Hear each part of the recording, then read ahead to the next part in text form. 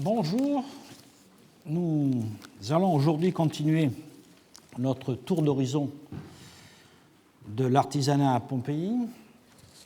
Vous savez que dans le cours précédent, nous avons examiné principalement les artisanats liés à la transformation des matières premières et vous vous rappelez que j'ai décidé de séparer l'étude de cet artisanat en 4 classes, l'artisanat des matières premières, l'artisanat de la mise en œuvre des produits finis ou semi-finis, et donc principalement le bâtiment, l'artisanat lié aux industries alimentaires, comme on les appellerait aujourd'hui, et enfin l'artisanat des services. Donc aujourd'hui, nous allons examiner l'artisanat du bâtiment, et qui concerne donc la mise en œuvre des matériaux par les maçons, les charpentiers et les peintres. Les maçons dont nous voyons les réalisations partout en ville sont difficilement saisissables, car ils n'ont pas d'atelier, mais des chantiers qui laissent peu de traces. Des outils de maçon ont été trouvés çà et là au cours des dégagements, mais vous ne serez pas surpris si je vous le dis qu'ils n'ont pas été systématiquement notés. Bien souvent aussi, on trouve des réserves de chaux témoignant de travaux en cours et des fouilles minutieuses, comme celle de William Van Andringa dans le temple de la Fortune Auguste, peuvent parfois déceler des implantations d'échafaudage, mais au bout du compte, ces vestiges sont le plus souvent anecdotiques. On voit se succéder au fil du temps des techniques de construction qui signent leur époque. Le papamonte, dont nous avons souvent parlé, c'est-à-dire ce tube volcanique utilisé principalement à l'époque archaïque, avec le pisé, le grand appareil de calcaire, donc l'opus quadratum,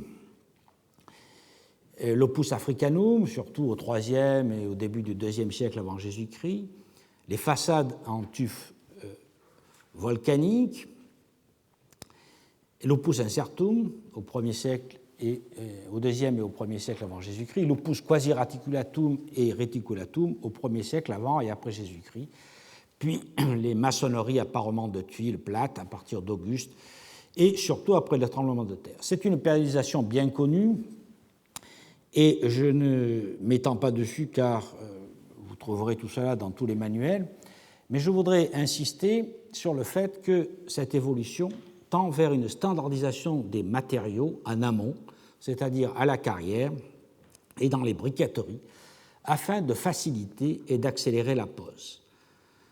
Si une technique de construction ne chasse pas brusquement l'autre, il est clair que les méthodes apprises et les façons de travailler évoluent dans le temps et qu'on ne construit plus à l'époque augustéenne comme au IIIe siècle avant Jésus-Christ, ce qui invalide, comme nous l'avons vu dans le cours dernier, la datation proposée pour la façade en bloc de calcaire de la Casa di Amarantus.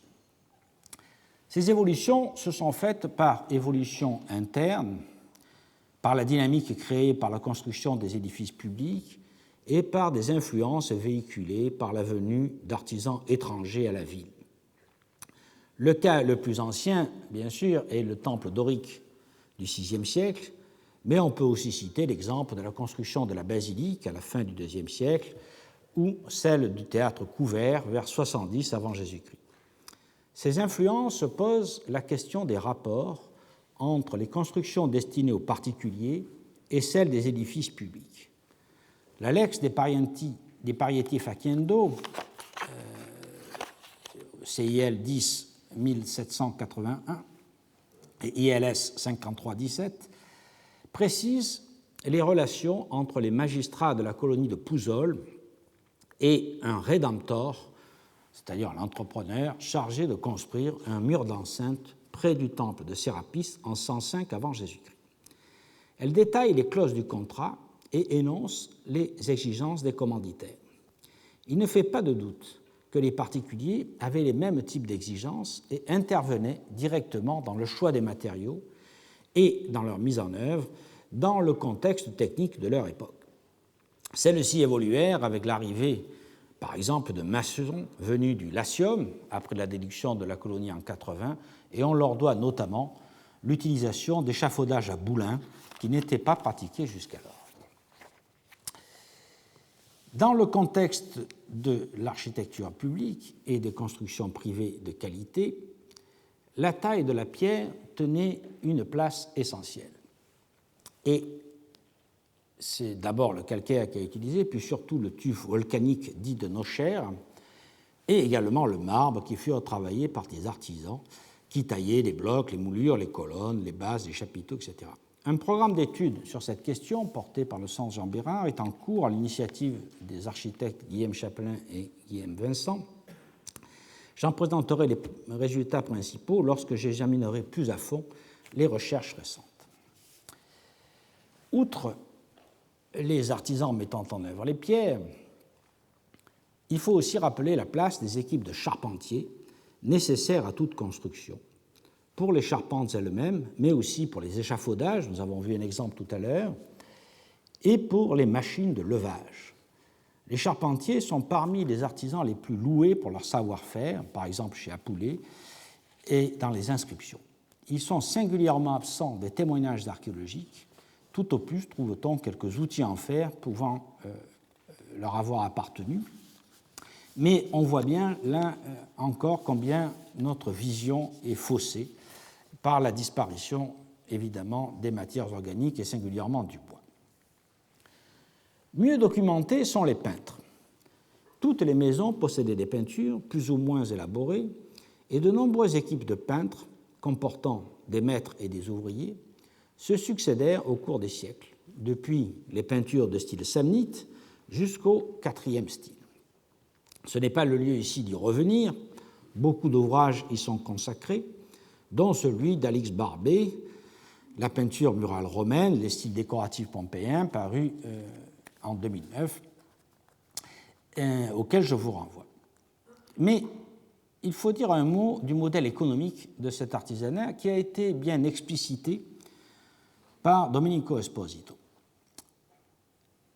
dans un article qui s'appelle Il sistema economico e produttivo della pittura romana a Pompei, paru dans Les savoirs professionnels des gens de métier, études sur le monde du travail dans les sociétés urbaines de l'Empire romain, paru à Naples en 2011.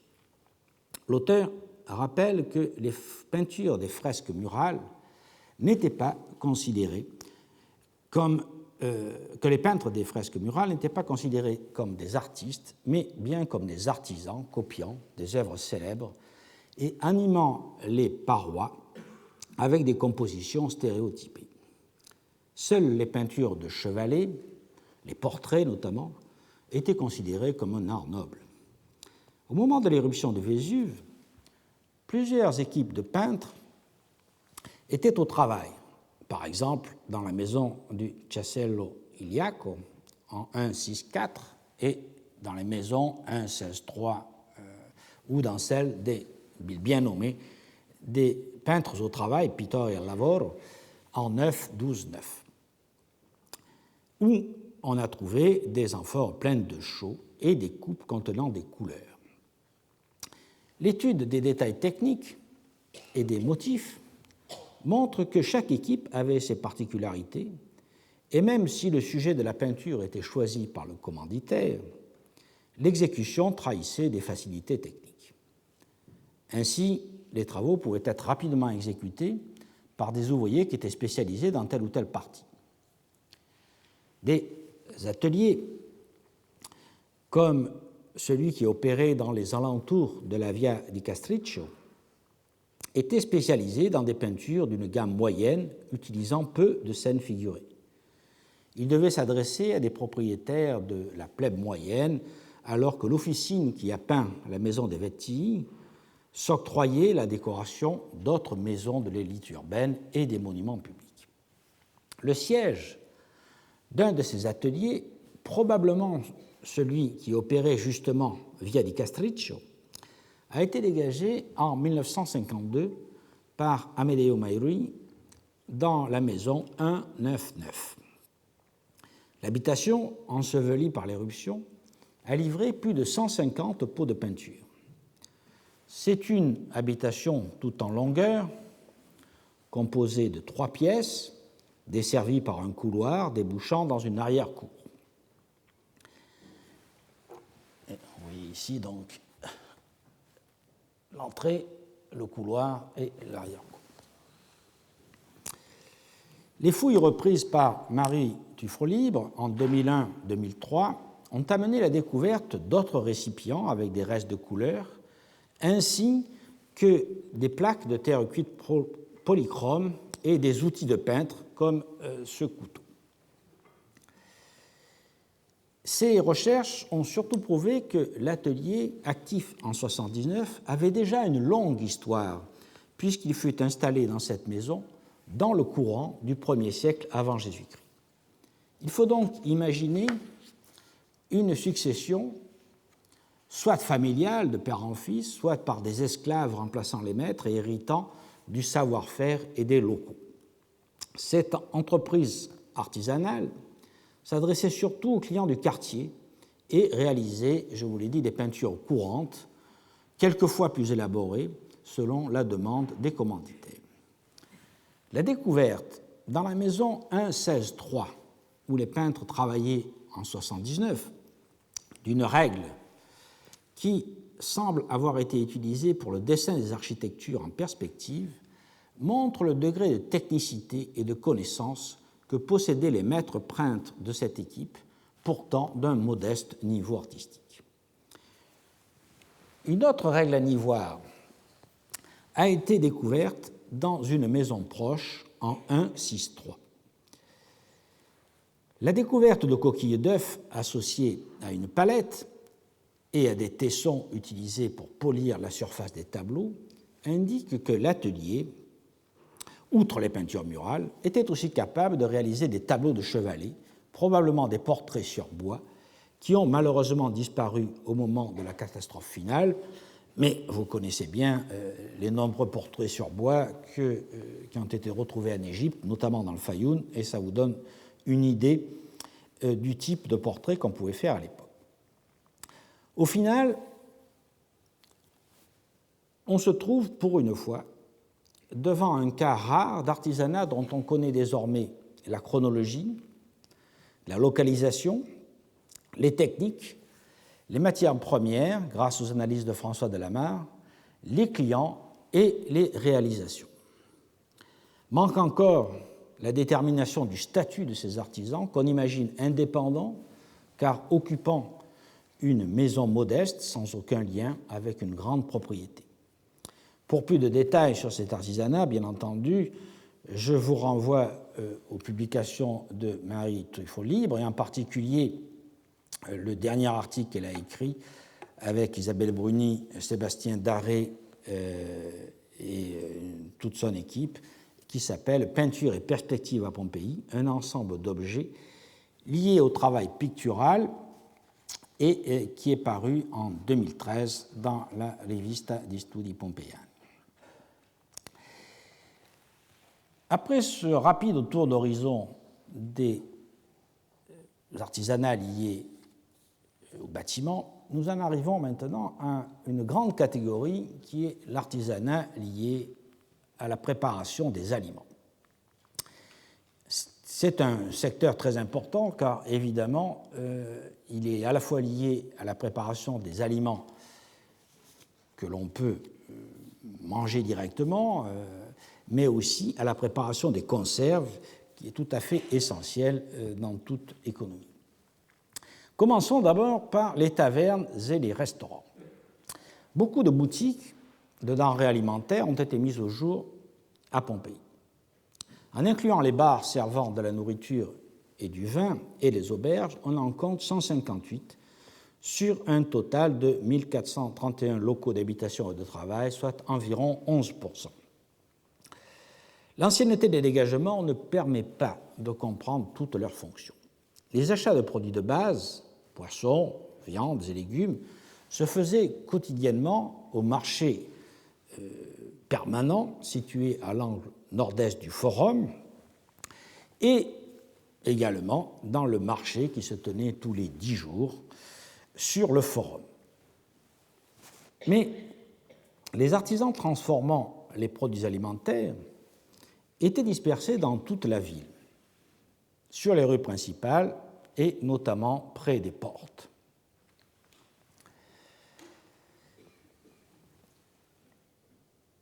Ces boutiques comportent des comptoirs de vente, souvent ornés de plaquages de marbre, qui incluent presque toujours des jarres scellées dont l'embouchure affleure le comptoir.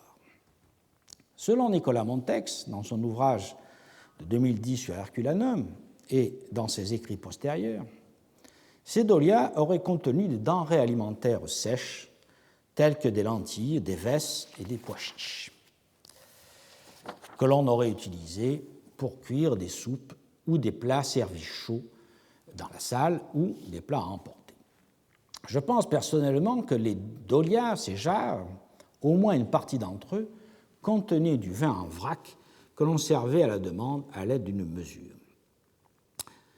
Vin que l'on servait évidemment additionné d'eau que l'on maintenait chaude, notamment en hiver, dans des chaudières en cuivre, comme c'est le cas dans la taverne d'Azellina, où vous voyez ici dans l'angle du comptoir une chaudière. Quoi qu'il en soit, ces tavernes où les pauvres venaient s'approvisionner et se restaurer comportaient souvent des fourneaux destinés à la cuisson des aliments. Et cette transformation de la nourriture en fait donc des exploitants de ces boutiques de véritables artisans. Certains poussaient même l'intégration verticale assez loin. Le tavernier qui possédait une salle ouvrant sur la Via di Nola dans la région 5 et sous la 4 numéro 6 faisait son vin et préparait à manger. Avec Dorothée Némé et Guillaume Chapelain, nous avons repris en 2007 l'étude de cet ensemble qui a été dégagé entre 1899 et 1904. C'est un complexe qui couvre 140 mètres carrés au sol environ et qui a été construit après le tremblement de terre de 62-63 dans une maison préexistante. En façade, ici, la taverne est équipée d'un comptoir revêtu de plaques de marbre de récupération joliment agencées en décoration géométrique. Ce comptoir, comme vous le voyez ici, était équipé d'un foyer qui permettait de préparer des plats chauds. La salle du comptoir elle-même était décorée de peintures murales aujourd'hui presque complètement disparues. Au début du XXe siècle, on y reconnaissait entre autres une figure de Bacchus appuyant sur un satyre. On faisait, comme je vous l'ai dit, du pain que l'on servait dans la taverne et dans une cuisine équipée de ce four à pain situé au bout d'un couloir. Voici ici une vue rapprochée du comptoir avec un dolium et le foyer, et ici la vue de la façade avec la taverne elle-même et la salle dans laquelle les clients pouvaient consommer. Cette salle à manger, donc, était ornée d'un sol opus signum à décor géométrique et d'une peinture de 4e style. Dans la seconde salle ouvrant sur la rue, donc ici, on accédait à une arrière-salle destinée à recevoir les clients. De cette pièce partait un escalier en bois conduisant à l'étage où devait vivre l'exploitant et où il devait disposer de chambres destinées à la prostitution. La pièce donnait accès à un couloir limitant à droite un petit fouloir à vin. Donc le couloir arrivait là. Ici, nous avons un petit fouloir à vin.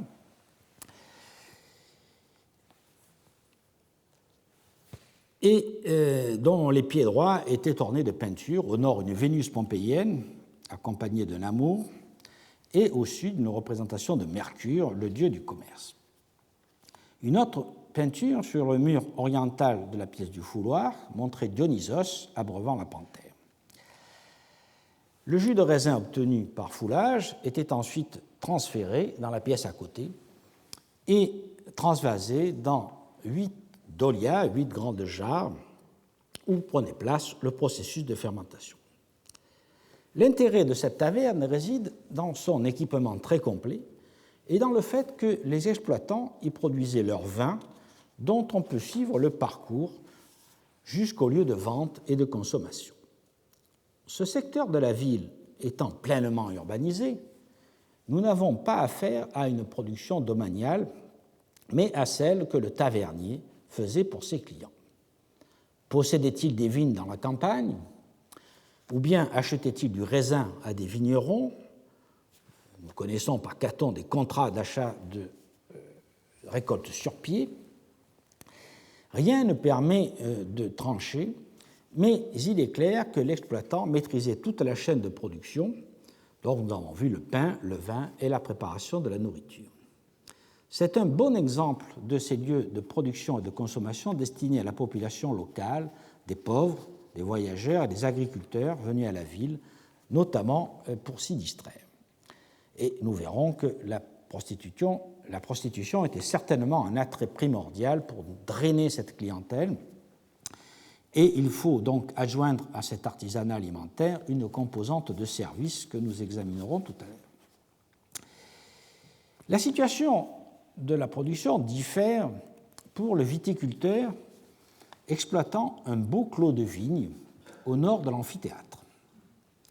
Le mérite de son identification revient à Wilhelmina Jarzembski qui, en effectuant des moulages des trous laissés dans le sol par le pourrissement des bois, a montré que le vaste espace que l'on croyait vide à l'emplacement de l'insula 5 de la région 2 n'était pas un forum boarium, c'est-à-dire un foirail pour la vente des bœufs, comme on le pensait jusqu'alors, mais bien un vignoble couvrant 6500 mètres carrés environ. La vinification était assurée sur place dans une petite installation de foulage et de pressurage pourvue d'un pressoir et de 10 jarres enterrées jusqu'au col, 10 dolias. Fouloir et pressoir sont similaires à ceux des fermes de la région, les fameuses villées de la région du Vésuve. Le rapport entre la superficie du vignoble et les capacités de production maximales connues par la contenance des dolias, globalement environ 100 hectolitres, montre que le rendement espéré de ce vignoble était estimé à un maximum de 150 hectolitres à l'hectare, ce qui le rapproche des rendements records attestés par les auteurs anciens, et qui s'explique par le fait que ce sont des vignes sur treilles qui ont une forte productivité. L'exploitant n'avait aucun besoin d'envisager la mise en amphore et l'expédition lointaine de sa production. Il la débitait sur place, sans intermédiaire et au meilleur prix, car il possédait d'une part une taverne ouvrant sur la rue, et il servait aussi du vin et peut-être des repas à des clients qui prenaient place dans des triclinia aestiva, c'est-à-dire des tricliniums d'été à l'air libre, construits dans la vigne elle-même, sous les frais ombrages. La proximité immédiate de l'amphithéâtre assurait une clientèle régulière à ce vin qui pouvait être aussi vendu dans des baraques foraines que montre par exemple la fameuse peinture de la Rix de 59 après Jésus-Christ. L'empereur Domitien finit par interdire ces productions de vin en ville par un édit daté de 92 après Jésus-Christ, destiné à combattre la surproduction de vin. Et je vous renvoie à la fine analyse de ce texte faite par André Tchernien dans son ouvrage « Le vin de l'Italie romaine », ouvrage que, selon la formule consacrée, il faut lire sans modération. Nous avons donc affaire, là encore, à un investissement agricole et artisanal en prise directe avec la demande, un propriétaire foncier qui a saisi une opportunité de profit facile dans une zone certes périphérique de la ville, mais toujours à l'intérieur des remparts. Un autre artisanat, sûrement destiné uniquement à la consommation urbaine, est celui de la meunerie, des grains et de la boulangerie. La boulangerie est l'une des activités artisanales les plus aisément reconnaissables à cause de la présence de meules et de fours, voire, comme dans la boulangerie de la région 7-1-36, grâce à la découverte de 81 pains carbonisés au moment de l'éruption du Vésuve. Il y a donc une vaste littérature sur ce sujet qui vient d'être renouvelée par les recherches de Nicolas Montex. Il a consacré une synthèse sur ces questions dans son ouvrage sur les métiers Herculanum, et il a entrepris des fouilles nouvelles dans les boulangeries de Pompéi dans le cadre du projet Pistrina entre 2008 et 2014. Ces travaux ont fait l'objet de nombreux rapports préliminaires dans la chronique des mélanges de l'école française de Rome et dans les Fasti Online, et de plusieurs synthèses, dont un chapitre intitulé Contextualizing the Operational Sequence Pompeian Bakeries as a Case Study, paru tout récemment dans un ouvrage collectif dirigé par Andrew Wilson et Mikko Flor, intitulé Urban Craftsmen and Traders in the Roman World, donc paru à Oxford cette année même. Alors, rappelons d'emblée que la consommation de pain est un phénomène historique assez récent, au 1er siècle de notre ère, et qu'il accompagne la consommation accrue de vin. Pendant des siècles, les populations italiques ont consommé des bouillies de céréales, la pulse. Ce n'est que vers la fin du IIIe siècle avant Jésus-Christ que la fabrication de pain à base de farine de blé levé, donc fermenté si vous voulez, commença, favorisée par les progrès de l'urbanisation et la hausse du niveau de vie. La plus ancienne attestation littéraire de boulangerie à Rome se trouve dans une pièce de Plotte qui, comme vous le savez, est mort en 184 avant Jésus-Christ et se trouve donc dans la pièce qu'ils appellent Asinaria au vers 200-201. Pline, dans le livre 18, paragraphe 107, de son côté, affirme qu'il n'y avait pas de boulangerie à Rome avant 171 avant Jésus-Christ, ce qui est sûrement faux, puisque nous avons vu la citation de Plotte, mais indique probablement leur rareté à la fin du IIIe siècle et dans la première moitié du IIe siècle.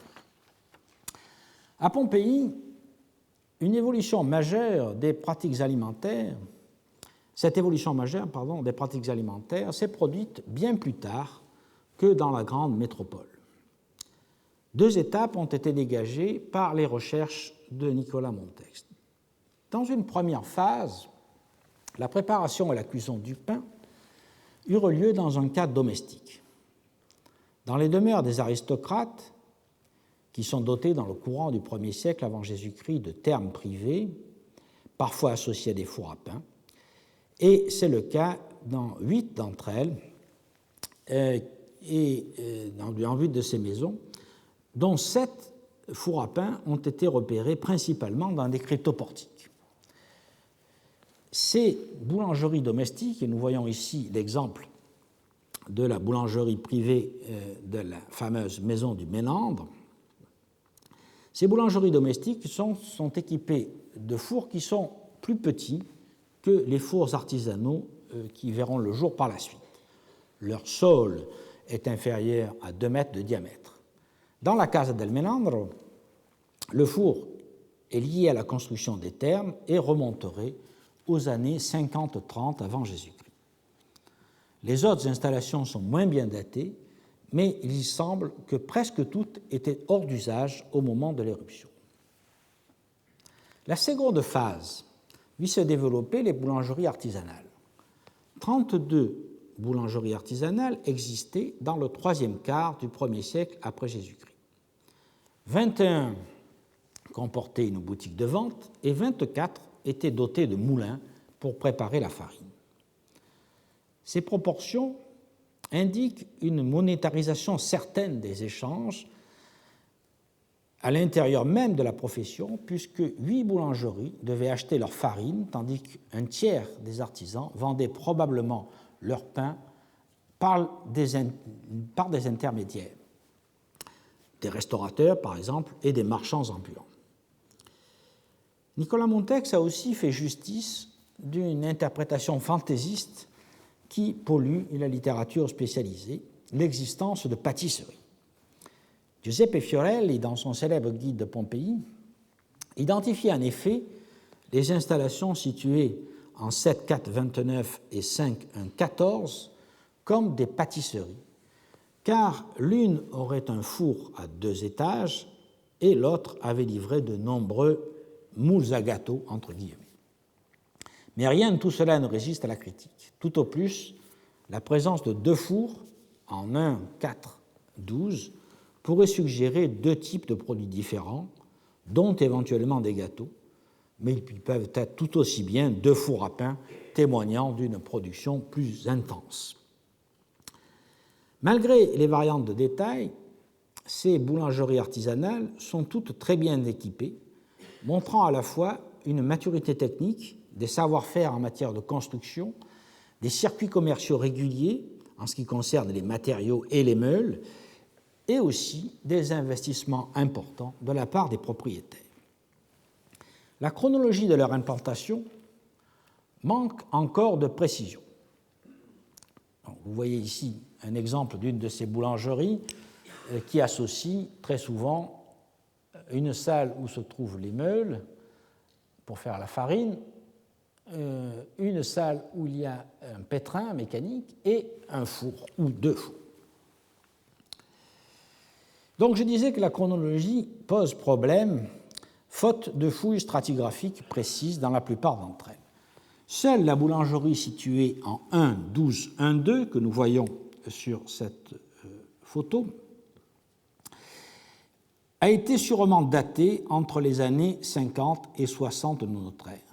Son implantation est postérieure à l'émission d'une monnaie émise en 22 de notre ère, et la boulangerie était en pleine transformation au moment du tremblement de terre de 62-63. Une construction sous Claude est donc plausible.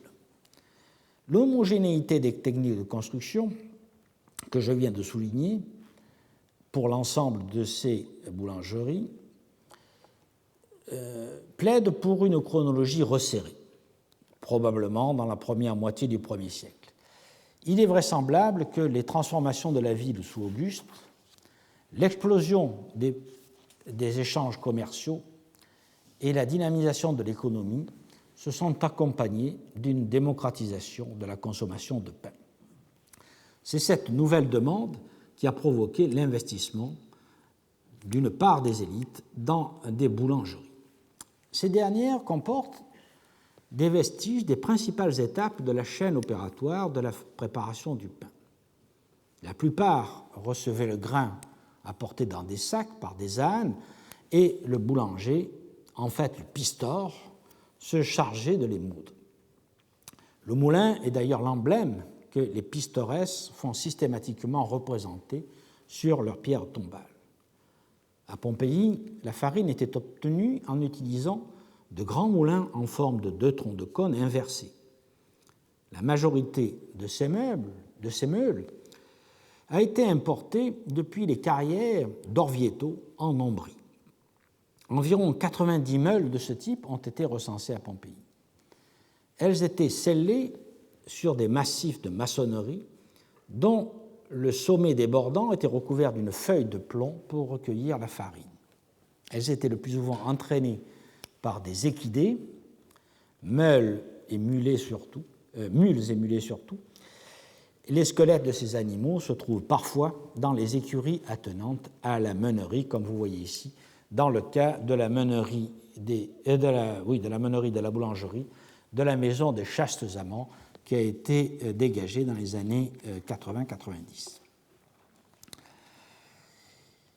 Pour obtenir une farine plus blanche et pour éliminer plus aisément le son, il faut humidifier le grain par trempage, et 5 des 32 boulangeries étaient dotées de bassins maçonnés permettant cette opération. Ainsi, dans la boulangerie 538 que nous voyons ici, l'impluvium de la maison précédente, antérieure à la boulangerie, a été transformé en bassin de lavage et de trempage. Il est toutefois possible que dans d'autres boulangeries, on ait utilisé des bassins mobiles. Quoi qu'il en soit, une minorité de boulangeries était équipée de façon permanente de cet équipement, ce qui laisse supposer qu'on y faisait un pain de meilleure qualité, panis candidum. Certains pistores se glorifient d'ailleurs du titre de Pistor Candidarius. Ainsi, au CIL 14 2302 à Albanum, aujourd'hui Castel Gandolfo, ou au CIL 12 4502 à Narbonne. C'est un indice que la différenciation sociale qui portait au 1er siècle avant Jésus-Christ sur la consommation ou non de pain s'est déportée au moment où la majorité des habitants mangent du pain entre le pain brun et le pain blanc. Et donc, au moment de l'éruption de Vésuve, une partie des boulangeries s'était spécialisée dans la production d'un pain blanc, probablement destiné à une clientèle disposée à payer plus cher. Dans les deux cas, il fallait pétrir, bluter la farine pour la débarrasser le plus possible du son et des gruaux, avant de pétrir. Dans 10 boulangeries, on relève la présence de massifs maçonnés à plans en équerre qui servaient peut-être aux opérations de blutage. Le pétrissage, quant à lui, était réalisé en partie à la main dans des auges en bois, dont au moins 2 sont attestés. Voici ici un exemple d'un bas-relief de Rome qui montre des boulangers en train de pétrir dans des pétrins en bois, et ici le cas d'une pièce de la boulangerie 9310 où on voit les pieds d'une espèce de table ou d'un coffre qui servait à ce pétrissage. Mais c'est surtout le pétrin mécanique qui était employé. 21 boulangeries sont équipées de cette machine actionnée par des hommes. Dans un cylindre de basalte, on ajustait une crapaudine centrale qui recevait un axe muni de pales de bois latérales, malaxant la pâte dans la cuve cylindrique qui était elle-même munie de fiches horizontales destinées à triturer le mélange aux farines. Le pétrin trouvé dans la boulangerie située en façade de la maison des Chastes Amants, récemment fouillé comme je vous l'ai dit, était suffisamment bien conservé pour qu'il soit possible d'en comprendre le fonctionnement précis. Lorsque la pâte était malaxée, en présence de levain, on la laissait reposer dans de grandes jattes afin que la fermentation produise des bulles qui aèrent la pâte et rendent le pain moelleux. Cette phase, nommée pointage, précède la mise en forme des pâtons qui étaient réalisés sur des banquettes de pierre ou de bois. On façonnait notamment des pains ronds à surface prédécoupée en quartiers. Quelquefois, ces pains étaient marqués. À Herculanum, on a trouvé un pain marqué Celer, esclave de Quintus Granus Vetus. Mais on ne peut guère en tirer d'enseignement vu la rareté des cas, bien entendu, car il est rarissime que le pain se conserve. Tout au plus peut-on penser qu'il s'agit de commandes et que le marquage aurait une valeur opposable en justice. Enfin, le pain était cuit dans des fours à plan carré de 3,50 m de côté environ ou de 4 mètres et surmontés d'une haute cheminée. Le plan de cuisson était situé à hauteur d'homme, bâti sur un compartiment dans lequel le bois était stocké. La bouche du four était faite de blocs de lave et donnait accès à la chambre de chauffe dont la sole était pavée de tuiles sous laquelle une couche de sable répartissait la chaleur. La plateforme devant le four servait à passer les pains à enfourner et la coupole, que nous voyons là, d'un diamètre compris entre 2 mètres et 2,50 m, était faite de rangées de pierres de basalte et de tuiles. Elle disposait d'une cheminée placée dans la partie antérieure et après la chauffe, la cheminée était fermée pour garder la vapeur d'eau qui rend le pain souple. Le four était chauffé au bois. Donc voici ici un autre exemple. Ils sont tous sur le même modèle, avec la sole ici, la coupole. Et donc ces fours étaient chauffés au bois et aussi au grignon d'olive. Les analyses récemment effectuées par Mme Materne du CNRS ont montré que dans certains cas, les grignons, c'est-à-dire les noyaux d'olive et les peaux résultant de la presse après l'extraction de l'huile, représentaient jusqu'à 99% des échantillons prélevés, notamment dans la boulangerie 1.12.1.2 et dans la boulangerie 9.3.19. Cela n'a rien d'étonnant, car les grignons ont un fort pouvoir calorifique et que l'éruption, nous l'avons vu dans un cours précédent, eut lieu non pas en août, comme on l'a longtemps dit, mais durant l'automne avancé et donc en pleine saison de fabrication de l'huile d'olive. Nul doute qu'au printemps ou en été, d'autres combustibles devaient être aussi employés. Mais l'emploi de grignons permettait une forte diminution des temps de chauffe, 2 fois moins de temps, et du volume de combustible, puisqu'il est 10 fois plus calorifique que le bois normal. Les pains étaient ensuite disposés sur la sole, nous l'avons vu, et leur forme circulaire, d'un diamètre variant entre 19 et 23 cm, permettait de couvrir l'entière surface de la sole, et c'est ainsi qu'ils ont été retrouvés en 1862 dans la boulangerie 7.1.36. Il ne serait pas de question ici de présenter toutes les boulangeries récemment nettoyées et étudiées par l'équipe de Nicolas Montex, qui sont détaillées dans les chroniques des mélanges de l'école française. Et je prends seulement 3 exemples. Le premier est la boulangerie 6.3.27, qui est assez célèbre car elle a été dégagée en 1809-1810 en présence de François Mazois, qui en a donné un plan, des coupes et une restitution absolument admirable pour l'époque et encore aujourd'hui. C'est publié, bien entendu, dans l'ouvrage essentiel de François Mazois, Les ruines de Pompéi, seconde partie, paru à Paris en 1824. Les nettoyages réalisés par l'équipe de Montex en 2012, alors voici ici une autre vue, un dessin de Mazois qui représente cette boulangerie. Donc les nettoyages réalisés en 2012 ont éclairci quelques points. Il apparaît notamment que le four et les meules sont quasiment neuves, ce qui implique que la construction de la boulangerie était à peine terminée au moment de l'éruption en 1979.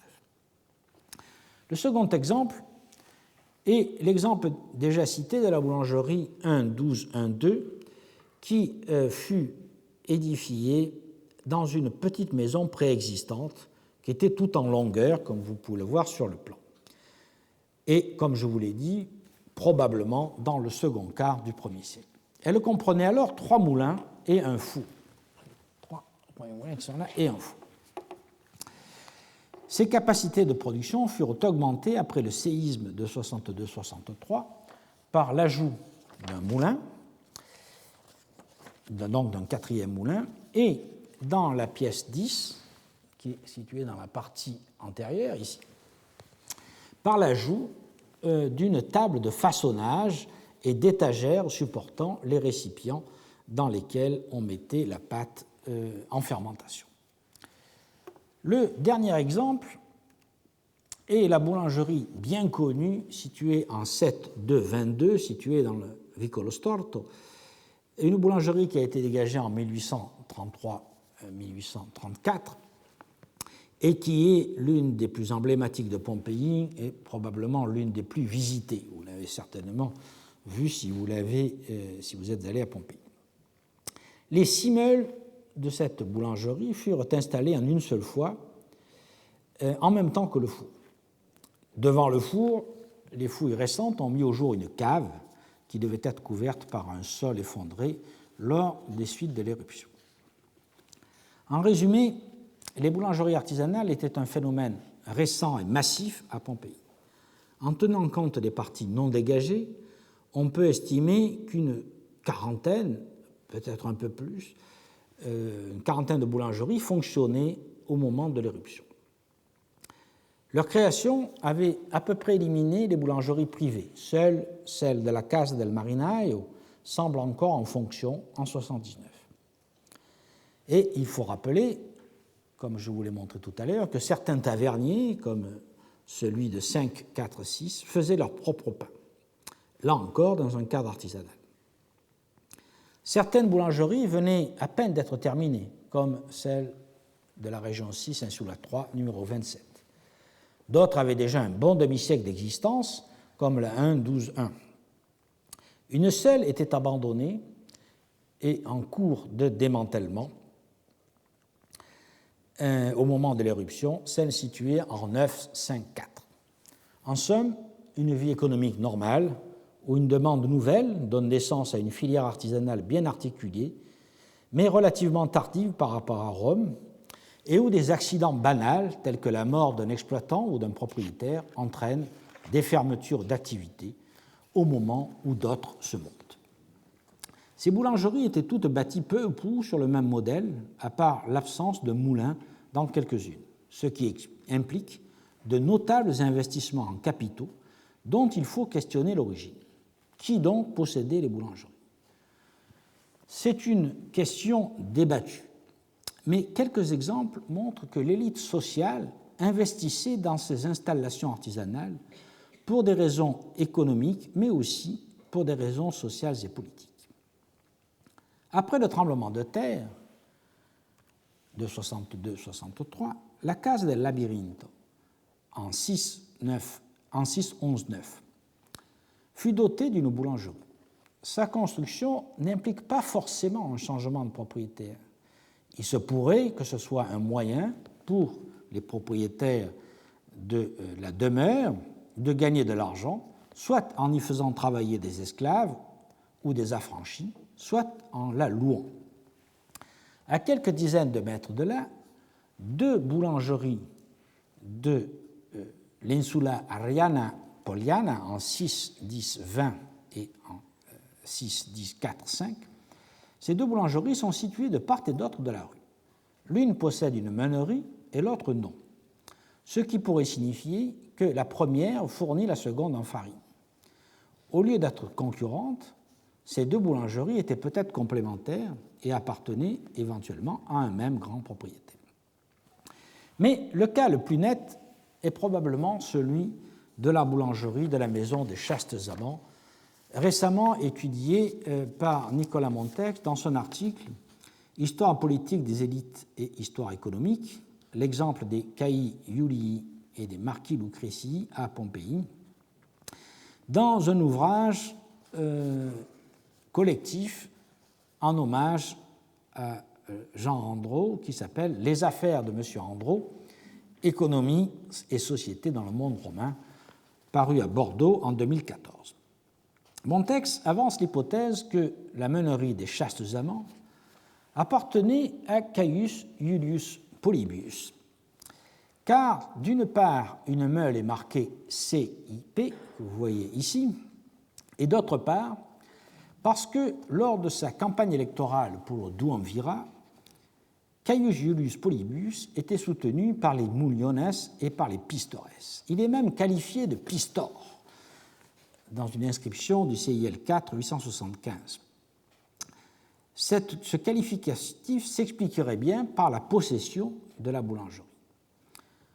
On tient là un bel exemple d'investissement dans un artisanat qui demande des capitaux importants, d'une part pour acquérir ou louer un emplacement vaste dans une rue passante, ici la Via dell'Abbondanza, et d'autre part pour faire construire le four à pain et pour importer de fort loin, nous l'avons vu depuis l'Ombrie, des meules de qualité.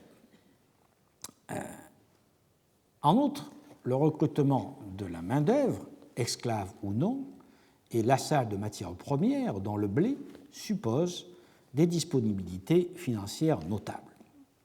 Dans une ville en expansion comme Pompéi, la demande de pain allait croissante et la meunerie et la boulangerie devaient rapporter de bons revenus. L'élite sociale et politique ne dédaignait visiblement pas ce type de profit, d'autant plus que la possession d'une boulangerie facilitait la distribution gratuite de pain, un argument électoral de poids. Ce n'est pas pour rien que le qualificatif de pistor est employé dans l'inscription électorale en faveur de Caius Julius Polybius, une autre inscription où il est écrit « Je vous demande d'élire Caius Julius Polybius comme édile, il porte du bon pain.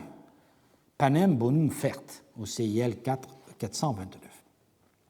Et il faut rapprocher cette inscription d'une fameuse peinture trouvée en 7-3-10 qui montre non une boutique de vente de pain, comme on l'a longtemps pensé, mais la distribution gratuite de miches par un homme habillé d'une toge blanche,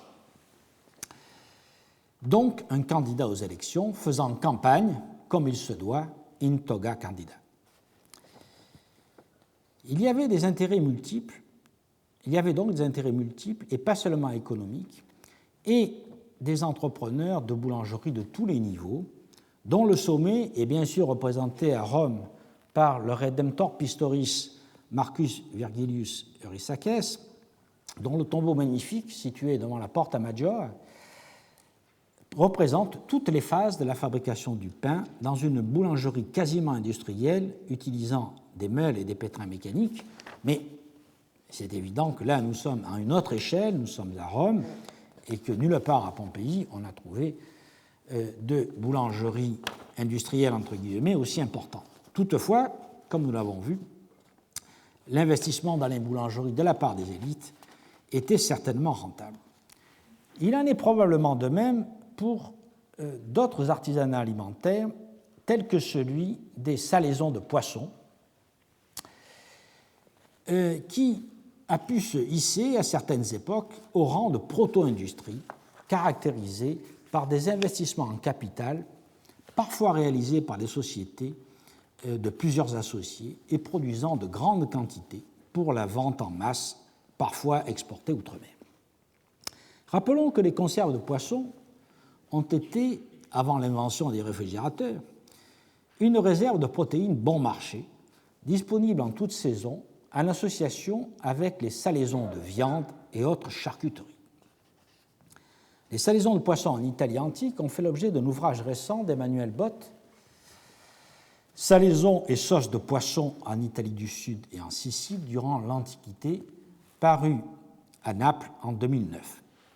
J'en extrais quelques notions pour montrer à la fois l'importance de cette industrie alimentaire et ses procédés. Pour être salés, les poissons doivent être traités tout de suite après la pêche. Il faut les vider et les plonger immédiatement dans un bassin et les couvrir de sel. Le salage à sec, qui est réalisé surtout dans les petits récipients tels que des tonnelets, alterne des couches de poisson et de sel. Les poissons trop grands pour être salés entiers étaient coupés en morceaux. Les thons, qui étaient le plus utilisés du fait de leur taille et de la qualité de leur chair, étaient débités, et on faisait des conserves particulières de panses et de coups de thon, selon ce que nous en dit Pline. Les cuves de salaison, les cetariae, étaient très largement installées, notamment en Espagne, et on trouve ce terme par exemple chez Pline qui mentionne que certaines étaient pleines de maquereaux au livre 9, paragraphe 49. Outre les poissons salés, c'est-à-dire la chair de poisson salé, on préparait aussi des sauces de poisson, le garum, le liquamen et la murea, dont les mentions sur des vases de Pompéi assurent qu'il s'agit de produits différents que l'étude d'Emmanuel Bott a précisé. Je vous montre ici par exemple une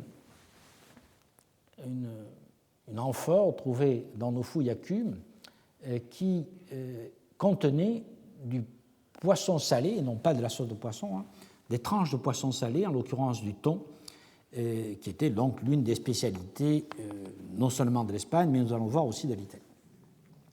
Donc, outre ces tranches de poisson salé, il y avait ces fabrications de sauces de poisson qui étaient très prisées, le garum, qui est une sauce décrite par Pline au livre 31, paragraphe 93, qui consiste à faire macérer dans le sel des intestins de poisson, surtout des maquereaux, et à recueillir le liquide. On faisait notamment le garum aimation, préparé avec le sang et les entrailles des thons, qui était très apprécié. Le garum préparé à Carthagène, à Clazomène, à Lepsis Magna et à Pompéi même était particulièrement réputé. Le liquamen, qui était une autre sauce de poisson dont nous ne connaissons pas véritablement la recette. Il y avait aussi la muria, qui se formait d'elle-même avec l'eau contenue dans les poissons mêlés au sel lors du processus de salage. C'est le liquide qui restait lorsque les tranches de poisson avaient été retirées des cuves. C'est donc un sous-produit, mais certains types de muria avaient acquis une grande notoriété, notamment celle d'Antibes, de Toury, en Calabre, et la muria de la province de Dalmatie. Comme la muria est mentionnée dans des petits conteneurs de Pompéi à côté du garum et du liquamen, on peut en déduire que cette production pompéienne était également appréciée. Enfin, on commercialisait l'alec, qui est le résidu du garum, une pâte qui reste lorsqu'on a retiré la sauce. C'était un sous-produit généralement bon marché, mais là encore, la mention d'Alex Optimum sur des conteneurs de Pompéi, par exemple au CIL 4, 57-17 et suivants, montre qu'il y avait des qualités recherchées, notamment celles fabriquées à base de foie de mulet et de surmulet. Les salaisons de poissons ont été fabriquées en grande quantité dans tout le pourtour du bassin méditerranéen, ainsi que de la mer Noire, dès l'époque grecque classique au moins. Durant l'Empire romain, ces productions prennent des proportions énormes, notamment sur la façade atlantique de la péninsule ibérique, ainsi qu'en Maurétanie tingitane et dans tout le secteur du détroit de Gibraltar, en Afrique et en Méditerranée, en Italie méridionale et notamment en Sicile, où des installations comportant plusieurs dizaines de cuves ont été mises au jour. Pompéi offre l'opportunité d'étudier les débuts de cette activité, au moment où elle sort de la sphère domestique pour devenir un artisanat véritable. En plusieurs lieux, notamment aux abords de la Porta Stabia et de la Porta Colano, des cuves ont été mises au jour dans les niveaux de boutiques de la seconde moitié du IIe siècle avant Jésus-Christ. Un article de Stephen Ellis, The Rise and Reorganization of the Pompeian Salted Fish Industry, paru dans un ouvrage collectif qu'il a lui-même dirigé qui s'appelle The Making of Pompeii, Studies in History and Urban Development of an Ancient Town, paru en 2011, a fait le point de nos connaissances en s'appuyant sur ses propres fouilles de la Porta Stabia, du secteur de la Porta Stabia, commencé en 2005. Dans ce quartier populaire près de la porte, donc nous voyons ici la porte et le secteur que Stephen Ellis a fouillé, les maisons sont modestes et comportent toute une boutique en façade. Dans la phase finale précédant l'éruption, ce sont surtout des tavernes et des restaurants. Mais dans une phase antérieure, plusieurs de ces boutiques possédaient des cuves qui seront par la suite comblées. 5 ont été fouillées en 8, 7, 1 et en 1 et dans la région 1 insula. Leur identification a été assurée par la découverte dans une des cuves d'une couche d'arêtes de poisson. Leur contenance varie entre un peu moins d'1 mètre cube et près de 3 mètres cubes, montrant que les volumes de production différaient selon les artisans. Mais ces volumes restent très modestes comparés aux grands établissements d'époque impériale de la péninsule ibérique, de la Mauritanie tingitane et de la Sicile. Mais il faut replacer cet artisanat à l'échelle de son temps, c'est-à-dire la fin du IIe siècle et le début du 1er siècle avant Jésus-Christ. Époque de la construction, donc, de toutes ces cuves, et de celles, les 6 qui ont été fouillées près de la porte à Ercolano, ici, par l'équipe de Rick Jones et Damien Robinson, qui ont fait une publication à ce sujet en 2005. Dans ce secteur de la porte à Ercolano, une partie des installations a été détruite lors du siège de 89 avant Jésus-Christ, et une autre située un peu plus au sud, dans le courant du 1er siècle avant Jésus-Christ. Quelques autres cuves ont été mises au jour en d'autres lieux que nous voyons ici, notamment dans ce secteur près du forum ou sur le forum même, notamment 2 boutiques en façade de la maison des Noces d'Hercule et dans les boutiques qui étaient situées sur le côté oriental du forum et qui avaient été fouillées par Amedeo Maiori. Steven Ellis pense en effet que certaines des 11 vasquettes mentionnées par Maiori dans les 7 boutiques du côté oriental du forum pourraient servir aux salaisons de poissons, mais nous avons vu dans un cours précédent qu'une autre explication est aussi possible, certaines auraient pu être des cuves de décantation des huiles à parfum. Mais les deux ont pu voisiner sur le forum.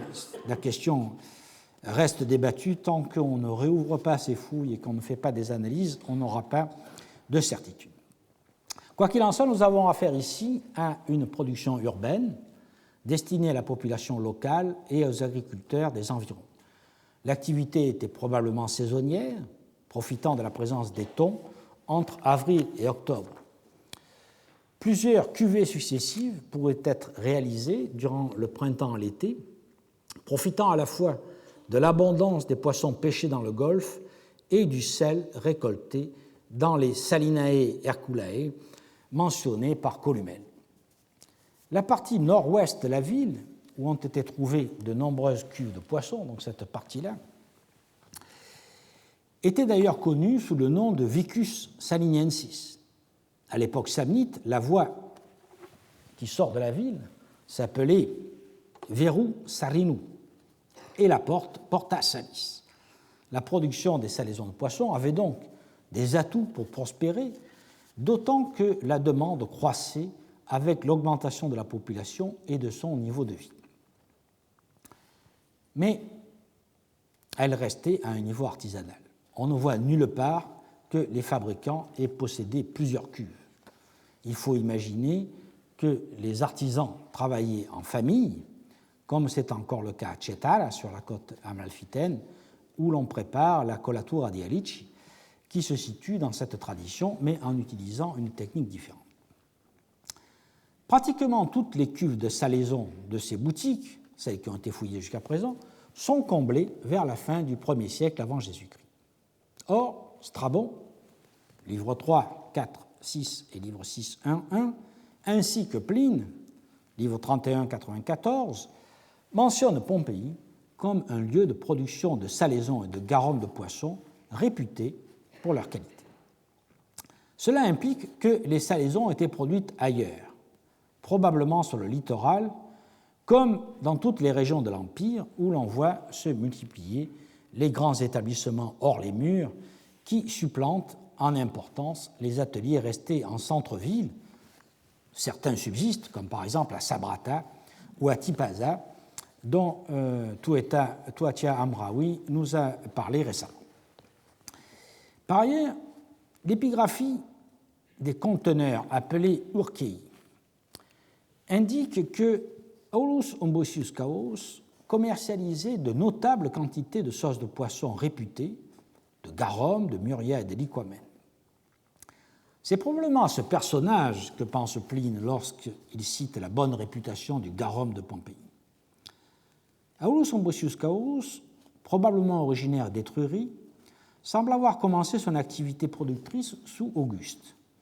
Il acquit, dans les années 30 de notre ère, une splendide demeure ouverte sur la mer dans la région 7 Insula Occidentalis, c'est-à-dire ici. Cette demeure vient de faire l'objet d'une étude monographique de Claudia Costantino, paru dans Vesuviana numéro 3 en 2011.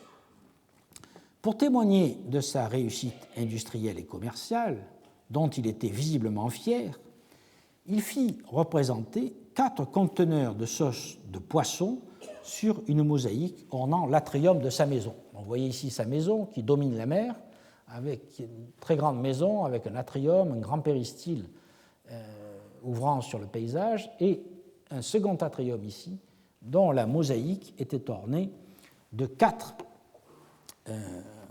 conteneurs de sauce de poisson qu'on appelle des urquilles, qui mentionnent chacune une inscription différente faisant référence aux différents produits commercialisés. Par exemple, le liquamen optimum ex officina Scauri.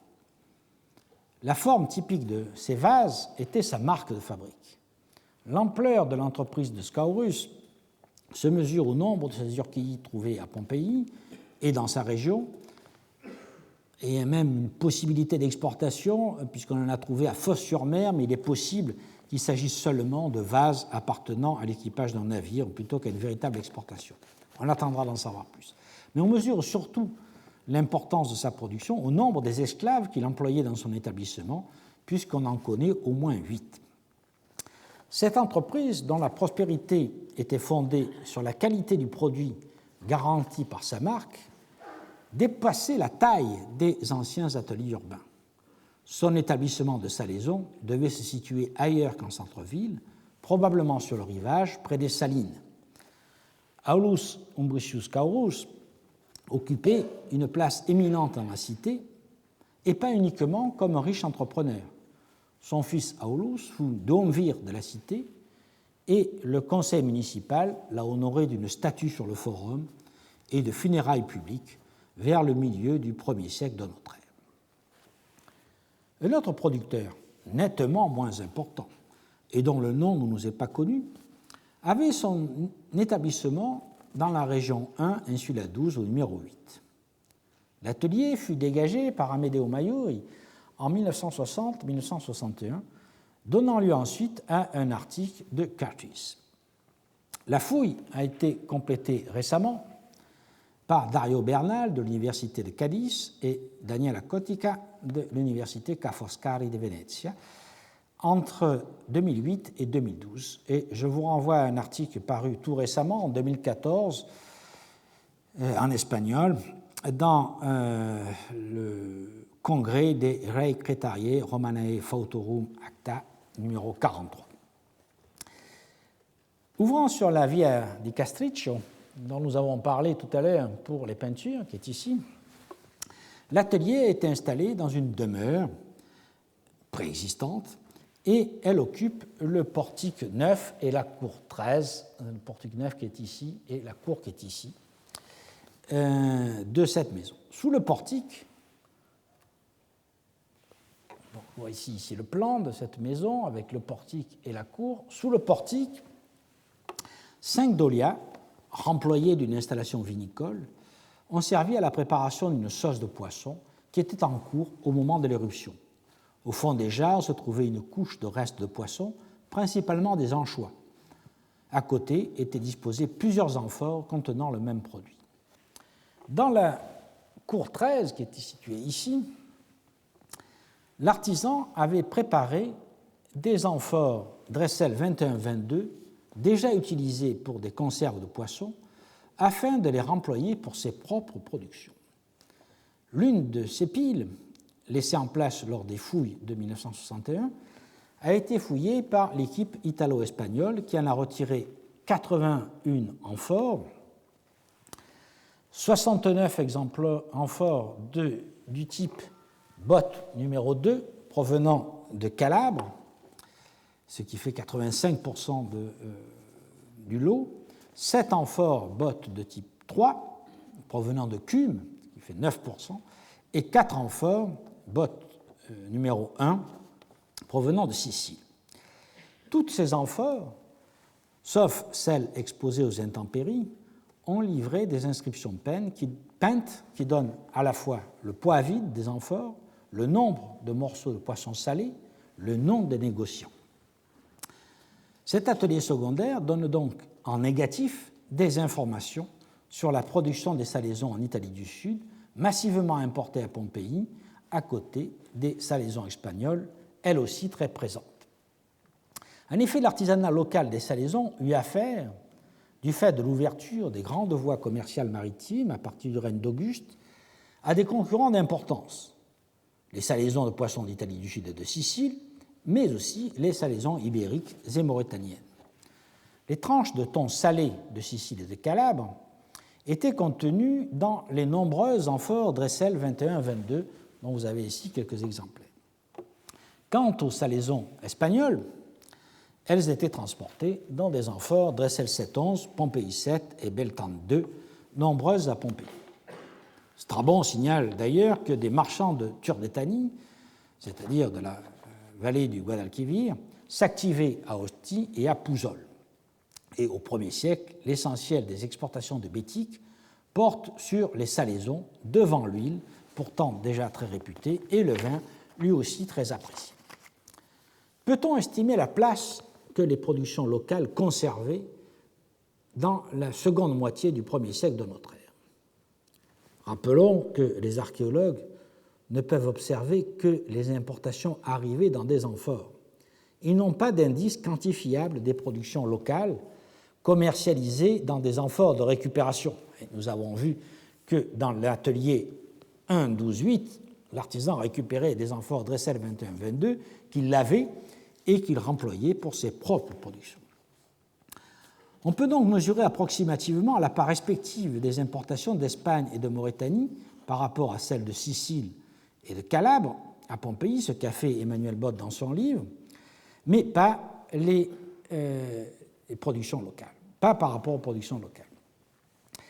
Mais même cet examen des importations est difficile car on ne dispose pas d'un échantillon fiable et parce que beaucoup d'amphores ont été remployés. En ne prenant en compte que les amphores portant des étiquettes peintes, Emmanuel Bott arrive à la conclusion que les importations de salaisons italiennes sont légèrement inférieures aux importations ibériques, ce qui est corroboré par les comptages dans un dépotoir de Cumes daté de l'époque flavienne, où les salaisons italiennes font à peu près jeu égal avec celles d'Espagne.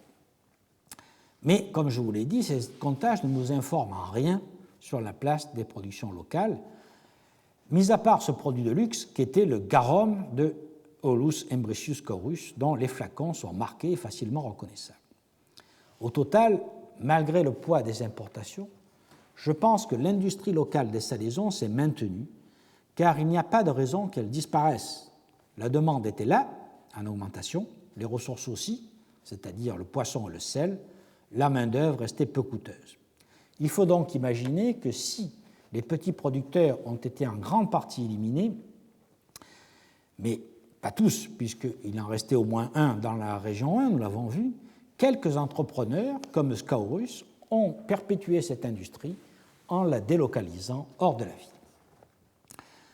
Nous avons donc fini le cycle des artisanats liés aux productions alimentaires et je vais rapidement évoquer les artisanats de service qui sont bien entendu difficiles à distinguer car ils laissent peu de traces. Le principal de ces artisanats de service est celui qui concerne les transports, qui nous est connu principalement par l'épigraphie et par l'iconographie. Les mouliones qui proposaient leurs services près de la porte d'Herculanum, où il y avait des cochers publics, nous sont donc connus par quelques graphitos. Il faut imaginer Pompéi parcouru par des files d'ânes portant des sacs, notamment de grains, et par des chariots transportant des matériaux de construction ou du vin contenu dans d'énormes outres faites de peau de bœuf cousu et portés sur des berceaux, comme vous voyez ici, dans une peinture d'une taverne dont nous allons reparler tout de suite, qui est située dans la région 6, Insula 10 au numéro 6. Mais les corps d'animaux n'ont pas retenu la même attention que les corps humains au cours des fouilles, et en général, ils ont été jetés, sauf dans les fouilles récentes, et rares sont les charrettes qui ont subsisté. On peut à peine citer la charrette de la maison du Ménard, par exemple.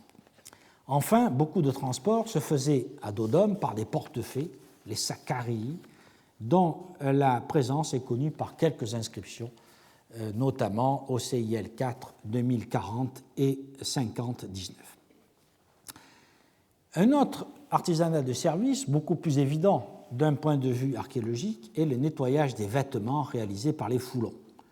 J'y reviendrai dans un prochain cours à partir des travaux de Mycoflore déjà cités, mais il suffit de rappeler ici que les fouloniqués avaient pour fonction première de nettoyer et blanchir les tuniques et toges grâce à un piétinement dans une eau additionnée principalement d'argile ou d'urine fermentée. Les tissus étaient ensuite rincés, blanchis au soufre et pressés. Ces services s'adressaient principalement aux notables de la ville et les foulons se trouvaient, comme les parfumeurs, à l'interface entre l'élite urbaine, dont ils lavaient les vêtements, et le peuple dont ils faisaient partie. Cette position intermédiaire explique leur rôle lors des campagnes électorales, sans que pour autant ce rôle fasse d'eux des notables. D'autres artisanats ne sont connus que par des inscriptions, telles le tonsor, le barbier-coiffeur, qui était établi en face des termes de Stabi, et mentionné par l'inscription CIL 4 743. Un autre artisanat de service est la prostitution. D'aucuns s'étonneront que j'ose inclure cette pratique parmi les artisanats. Mais nous savons que malgré l'opprobre qui frappe cette activité dans notre culture judéo-chrétienne, les économistes contemporains n'hésitent pas à l'inclure dans le calcul de l'activité économique. Or, il s'agit bien, dans les villes antiques, non d'une activité clandestine, mais d'un artisanat de service. Des proxénètes, des taverniers, des gérants de thermes investissaient ouvertement dans la construction de bâtiments et dans l'achat d'esclaves qu'ils prostituaient dans leurs établissements, soit comme activité principale, soit pour attirer une clientèle supplémentaire. Dans la taverne 6-10 que nous avons vue tout à l'heure, parmi les tableaux peints sur les murs, entre des scènes de cabaret que vous voyez ici mentionnées, commentées par des légendes du type « Ade calicem sentinum », c'est-à-dire « Remets-moi une coupe de vin de Sétia » ou « Hoc nini mi est qui vol sumat » « Qui le veut ici ?»« Non, c'est à moi » que l'on voit ici. Il y avait un cadre représentant des acrobates exécutant une performance pornographique. C'était bien un lieu de prostitution. On voit ici une image d'approche, si j'ose dire. C'était bien un lieu de prostitution car lors du dégagement furent retrouvés 5 squelettes de femmes qui portaient des bijoux. Outre cette taverne, 2 autres présentaient des scènes pornographiques, celle du roi de Prusse en 7-9-33 à côté du Macellum et celle de Lucius Numisius à l'est du Capitole en 7-18 signalée par un bas-relief explicite comme vous pouvez le voir. Et certaines tavernes, dont la taverne d'Azelline, employaient des prostituées. Dans la taverne d'Azelline, on connaît une certaine Aglaé la grecque et Maria la juive. Il y avait aussi des cellules ouvrant sur la rue, par exemple en 7-13-15 ou dans l'îlot 1, Insula 5, où se trouvait une porte et un lit immédiatement derrière. Les peintures pornographiques à l'intérieur des thermes suburbains sont aussi l'indice que ce service était offert à la clientèle qui venait au bain. La situation était courante. Le juriste Lupien considère que les patrons des thermes qui prostituent leurs employés sont des proxénètes. Et je vous renvoie au digeste à ce propos. Enfin, il existait des bordels spécialement construits pour cette activité, notamment en 1-5 et en 7-12-18-20, où les portes des loges montrent des peintures faisant la réclame de certaines spécialités. Si la profession de léno proxénètes était déshonorante, il était tout à fait admis qu'un propriétaire foncier investisse dans ce type de bâtiment pour en retirer un produit financier. Ulpien dira, dans le digeste 5.3.27.1, « Sur les propriétés des gens honorables, on exploite des lupanards. » C'était une manière de rentabiliser au mieux ces biens fonciers, un modèle de bonne gestion, puisque la demande était en augmentation du fait de l'élévation du niveau de vie. La prostitution était répandue dans tous les quartiers de la ville de Pompéi, puisque la plupart des tavernes la pratiquaient, mais il y avait une concentration particulière dans les lieux les plus passants, les portes et les grandes rues, ainsi qu'autour du forum. L'attraction exercée sur la clientèle masculine créait une dynamique dont profitaient d'autres activités économiques situées dans le voisinage. Et nous voyons donc en quelque sorte que la boucle se ferme, puisque nous avons des groupements de commerce où l'on pouvait en quelque sorte trouver toutes sortes d'objets à acheter, mais aussi de services. Nous avons donc fait ce tour d'horizon général. Je vois qu'il est déjà 11h21. Nous allons nous accorder 5 minutes de pause et ensuite nous allons entrer plus dans le vif des discussions archéologiques, car je vais entamer dans la deuxième partie de ce cours l'examen des fouilles récentes, un examen que j'espère critique et qui, de toute façon, vous présentera l'état actuel des recherches sur un certain nombre d'installations, et je commencerai par les installations de tanneries qui ont été implantées dans l'îlot 5 de la région 1. À tout à l'heure.